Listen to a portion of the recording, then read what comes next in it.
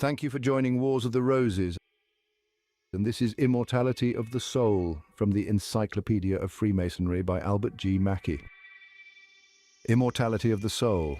Very wisely has Max Muller said, Chips from a German Workshop, page 45, that without a belief in personal immortality, religion is surely like an arch resting on one pillar, like a bridge ending in an abyss. And he cites passages from the Vedas to show that to the ancient Brahmans the idea was a familiar one. Indeed, almost all the nations of the earth with whose religious faith we are acquainted recognize the dogma, although sometimes in vague and perhaps materialistic forms. It was the professed teaching of the ancient mysteries where, in the concluding rites of their initiation, the restoration of the hero of their legend was a symbol of the immortal life. So too, the same doctrine is taught by a similar legendary and symbolic method in the third degree of Freemasonry.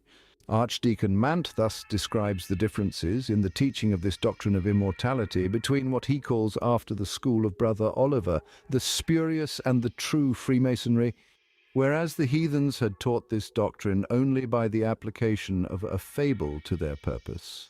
The wisdom of the pious Grand Master of the Israelitish Masons took advantage of a real circumstance, which would more forcibly impress the sublime truths he intended to inculcate upon the minds of all brethren. It will be doubted by some of our modern skeptics whether the Hiramic myth is entitled to more authenticity as a historic narrative than the Osiric or the Dionysian. But it will not be denied that while they all taught the same dogma of immortality, the method of teaching by symbolism was in all the same. In reply to an inquiry, Brother Robert I. Clegg offered in The Builder, December 1915, page 300, such proofs as, in his judgment, demonstrated the immortality of the soul as a fact. Aside from faith in the revealed Word of God in the Great Light, the assurances may briefly be outlined thus. We are taught as fellow crafts the symmetry and order of nature. Order indicates purpose, the design of the grand architect.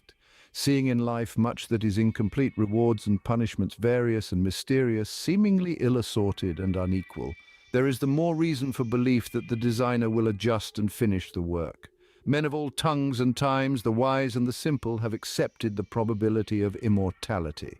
This universal hope may be classed with the axioms of geometry. Force is eternal, nature ebbs and flows, the round of existence in the falling rain, the rising evaporation from ocean and lake, the dropping of seed into soil, the upward growing plant, in material forces of moving water and vegetable life. We see an analogy of the soul, as the lower so the higher, and thereby the further hope of eternity.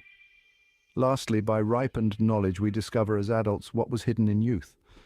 Facts at first are few and unrelated. Finally, we see unity. Scientists, by observation of facts, few or many, establish relations between them and formulate laws. Astronomers probe into darkness to explain variations in star motion, chemists to define elements, physicists to bound the interplay of atoms. These and other scientists go forward into the unknown with faith founded on the scanty available systematized truths. All truth is but related uniformities. Beyond these we look farther and confidently. From isolated facts we unearth the general law. To us the present is a promise, the bud is the unopened flower, immortality is the fact that scientifically satisfies. Here in part are the restful rocks on which at least one Freemason builds his expectancy of meeting those he loved who have gone before. Thank you for watching, and please don't forget to share, like, subscribe and comment, and if you can, please consider donating to Wars of the Roses. Links to PayPal and Patreon are in the description. Thank you so very much.